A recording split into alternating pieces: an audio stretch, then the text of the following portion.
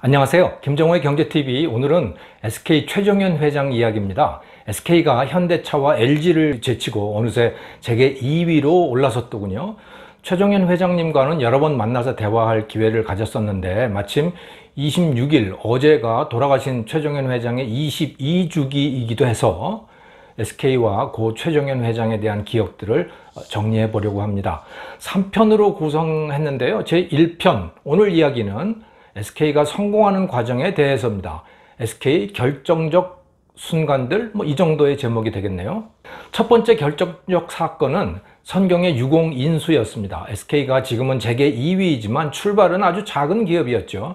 1944년 최종권 창업자가 일본인 소유 기업인 선경 직물에 입사한 것이 출발이었습니다.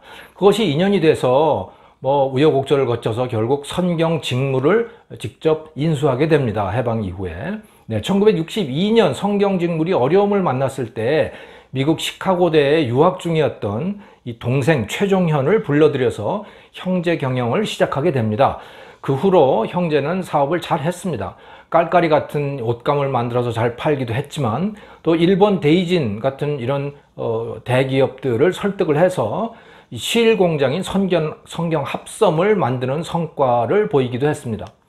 그러던 중에 1973년 창업자인 형 최종건이 폐암으로 세상을 떠나고 부사장이었던 최종현이 그룹의 회장으로 취임을 하게 됩니다.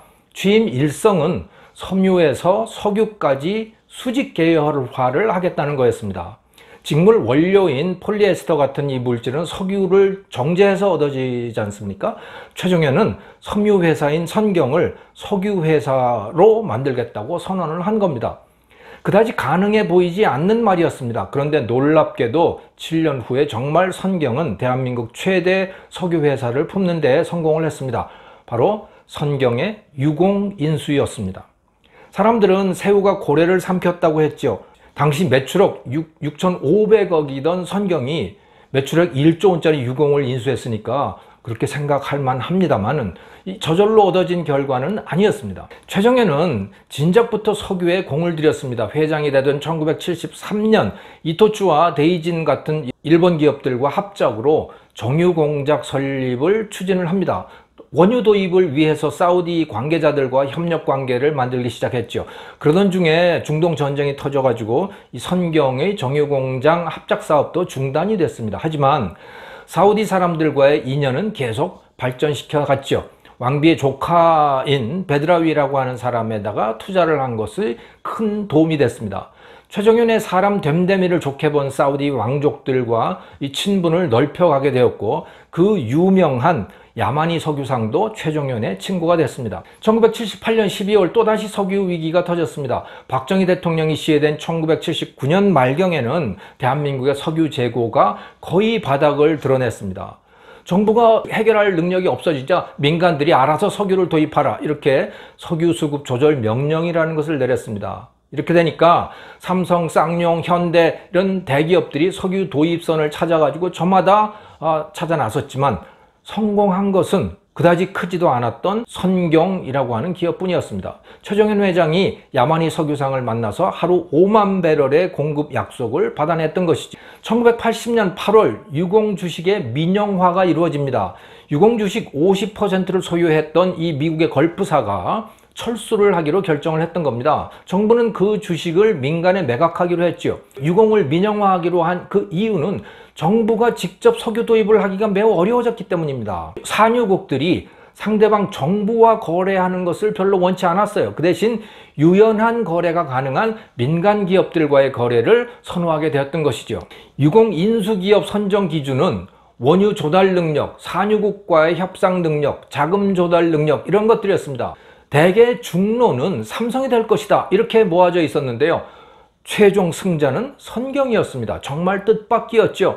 하지만 이 전후 사정을 생각해보면 이상할 것도 없었습니다. 선경은 대한민국의 누구보다도 사우디와의 관계가 좋았거든요. 최고의 석유 확보 능력이었던 것이죠. 이게 바로 또 사우디의 사우디뱅크로부터 1억 달러의 차관 대부 보증서까지 받아놓았으니 자금 조달 능력도 충분했던 거죠. 그렇게 최정현 회장은 10년 전부터 꿈꾸던 이 섬유에서 석유까지 수직 계열화에 성공을 했습니다. 그런데 그 과정에서 피눈물을 삼켜야 했던 사람도 있었죠. 바로 삼성그룹의 이건희 부회장이었습니다. 1976년 아버지 이병철로부터 후계자로 낙점된 후에 처음 했던 일은 아버지에게 조간신문을 스크랩해다가 보고하는 일이었습니다. 그러다가 처음 맡겨진 일이 해외사업추진위원회였고 유공인수권이었습니다. 이건희 부회장도 아버지 눈에 들기 위해서 열심히 노력을 했죠. 그래서 멕시코, 인도네시아 이런 데를 찾아다니면서 이 석유 도입 승낙을 받았죠. 하지만 사우디는 확보하지 못했고 결국 선경의 최종연회에 패배하고 말았습니다. 어쨌든 이건희 부회장은 한동안 아버지에게 냉대를 받았다고 합니다. 하지만 이건희는 역시 대인이었습니다. 후일 최종현을 전경련 회장으로 추대를 하고 적극적으로 지원하기도 했었거든요. 여기에 대해서는 다음 편에서 말씀을 드리겠습니다. 그런데 선경의 유공인수에 대해서 일종의 음모론 같은 것이 있습니다. 최동규 전 동자부 장관이 남기고 싶은 이야기들이라고 하는 그의 자서전에서 전두환 전 대통령이 이런 이야기를 했다는 거예요. 그때 유공을 선경에 넘기게 한 사람은 보안사령관이었던 노태우야. 나도 몰랐어. 뭐 이런 말을 했다고 해요. 저는 이 말이 구체적으로 무엇을 뜻하는지는 모르겠습니다. 하지만 최소한 전후의 사정을 보면 선경이 유공을 인수할 만한 충분한 자격이 있었다고 생각을 합니다. 그리고 이 유공을 굉장히 훌륭한 기업으로 바꾸어 놓았죠. 자, 선경의 두 번째 결정적 사건은 SK텔레콤을 세운 겁니다. 최종현은 큰 그림을 그리기를 좋아했습니다. 회장이 된 이후의 일상적 경영은 손길승과 김항덕에게 맡기고 본인은 10년 후 선경의 먹거리 찾는 일 그리고 대한민국 전체의 미래에 대한 생각에 전념을 했습니다. 섬유에서 석유까지를 완성했으니 그 다음 먹거리를 찾아 나서게 된 것이죠. 10년 후의 사업으로 검토한 것이 자동차, 가전, 중공업, 이동통신이었는데요. 미래가 열려 있으면서도 다른 기업이 하지 않는 이동통신을 차세대 사업으로 결정을 합니다. 1984년부터 미국으로 진출을 합니다. 거기서 준비에 착수를 하죠. 그리고 1989년에는 유크로닉스라고 하는 기업을 세우고 1990년에는 선경정보통신, 1991년에는 선경텔레콤을 설립했습니다. 한국에서는 그 당시에 국영기업인 한국통신만이 하던 이 사업을, 이동통신 사업을 선경은 미국에서 먼저 시작을 했던 겁니다. 1992년 한국이동통신에 이은 민간 제2 이동통신 사업자를 두기로 하고 사업자를 모집하게 됩니다. 우리나라의 이동통신은 1984년 한국전기통신공사의 자회사로 출발을 했습니다. 1990년 가입자가 100만을 넘을 정도로 이 사용자가 늘게 되자 민간에게도 사업을 허용하기로 하고 제2 이동통신 사업자를 모집하게 된 겁니다. 그래서 포스코, 코오롱 같은 많은 기업들이 컨소시엄을 만들어서 신청을 했습니다. 선경도 럭키증권, 한전 같은 이 16개 기업과 대한텔레콤이라고 하는 컨소시엄을 만들어서 신청을 했습니다. 심사 결과 대한텔레콤, 즉 선경 컨소시엄이 1위 사업자로 선정이 되었습니다. 하지만 문제가 생겼습니다. 선경의 최종현 회장이 사돈인 노태우 대통령으로부터 특혜를 받았다. 이렇게 된 것이죠. 최종현의 아들 최태원과 노태우 대통령의 딸 노소영은 같이 시카고 대학 경제학 박사과정을 다니고 있었고 그러다가 가까워져서 1988년 결혼을 하게 됐습니다. 최종현 회장 자신도 시카고 대학 경제학 박사과정을 다녔거든요. 그러니까 이 집은 이 시카고 대학 동문 가족인 셈이네요. 어쨌든 가족 관계가 이러하니 선경의 제2 이동통신사업자 선정은 대통령이 사돈에게 특혜를 준 꼴이 돼버린 것이죠. 네, 실상은 그러지 않았지만 그러다 보니 경쟁 기업들도 반발을 했고 무엇보다도 차기 대통령 선거에 나선 김영삼 후보가 최종현 회장에게 사업권을 반납하라고 요구를 하게 됐습니다. 결국 선경은 사업권을 반납하고 말죠. 1993년 12월 김영삼이 대통령이 됐고 그때부터 실질적 김영삼 정부가 출범을 하게 됩니다. 가장 먼저 한 일이 이동통신 사업권 문제였습니다. 제2 이동통신 사업권 사업자 선정과 함께 제1 이동통신인 한국이동통신의 민영화에도 착수를 하게 됩니다. 그런데 얄궂게도 제2 이동통신 사업권 배정 업무를 최종현이 회장으로 있는 전경련에게 맡겨버렸습니다. 자, 그런 상황에서 선경이 다시 사업권을 따낸다면 또다시 특혜 시비가 붙을 것이 뻔하지 않습니까? 그래서 결국 최종현은 제2이동통신사업권을 포기하고 한국통신 주식을 인수하는 쪽으로 뜻을 바꾸게 됩니다. 당시 기업들은 한국통신 주식 인수를 꺼려했습니다. 공기업이기 때문에 인수하더라도 골칫덩어리일 거라는 거예요. 그래서 다들 제2이동통신사업권을 따서 처음부터 새로 만들고 싶어 했던 것이죠. 한국이동통신 주식의 44%를 시장에 내놨는데 성경이 그 중에서 23%를 인수했습니다. 나머지 21%가 있지 않습니까? 그런데 참 그게 정말 안 팔렸어요. 한동안 안 팔렸었죠.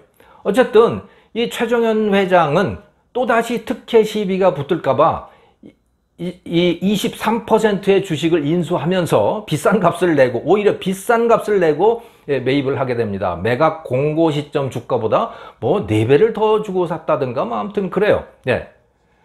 이 성경이 주식을 얼마나 비싸게 주고 샀는지는 한동안 남은 주식 21%가 팔리지 않았다는 거에서 그 증거를 찾아볼 수가 있겠죠. 자, 이것이 바로 우리나라 대표 이동통신사인 SK텔레콤의 출발의 스토리인 겁니다. 제2이동통신사업권은 93년 2월 신세계통신 컨소시엄이 가져갑니다. 포스코를 대주주로 하고 코롱이 경영에 참여하는 방식의 연합체이죠. 하지만 신세계통신은 지지부진했습니다. 포철 출신들하고 코롱 출신의 갈등이 심한 데다가 SKT가 경영을 잘 했기 때문이기도 한 거죠. 그 경쟁에서 SKT가 이긴 겁니다. SKT가 세계 최초로 상용화에 성공한 CDMA 방식이 신세계통신의 PCS를 이긴 것이기도 한 것이죠. 결국 신세계통신은 2002년 SKT에 인수되어서 사라져 버렸습니다. 제가 이해하기로는 SKT가 만들어지는 과정에 특혜는 없었습니다. 특히 김영삼 대통령이 전임 노태우 대통령의 사돈인 최종현에게 특혜를 줄 사람은 아니었던 거죠. 최종현 회장은 10년 앞을 내다보고 늘 새로운 사업을 구상하는 사람이었습니다. 이동통신사업은 유공이 어느 정도 자리를 잡은 1983년부터 준비를 했고요. 그 10년 후인 1993년부터는 다시 바이오 제약을 준비를 합니다. 대덕연구단지와 미국에다가 연구개발팀을 운영하기 시작했던 거죠. 그때부터. 지금 뜨고 있는 SK바이오팜, SK바이오텍은 그 결과물이라고 봐야 할 겁니다. 그동안 오랜 동안 계속 적자를 내왔지만 코로나가 번지면서 드디어 그 진가를 발휘하기 시작하는군요. 최종현 회장은 1998년 폐암으로 별세를 했습니다. 그 형인 최정권 회장만큼이나 갑자기 세상을 떠나게 됐습니다. 그분이 미래를 내다보고 시작했던 사업들은 큰 성공을 거두었습니다. 그러나 실패한 것들도 있죠. 1978년에 설립한 선경반도체, 또 사회과학 전문대학원 설립 계획, 이런 것들은 실패를 했습니다. 하지만 무엇보다 가장 큰 실패는 아마도 중국에 대한 투자일 겁니다. 중국이 지금처럼 과거로 회귀하게 될 줄은 몰랐던 거지요. 이런 이야기들은 2편, 3편에서 이어가겠습니다. 김정은의 경제TV였습니다. 감사합니다.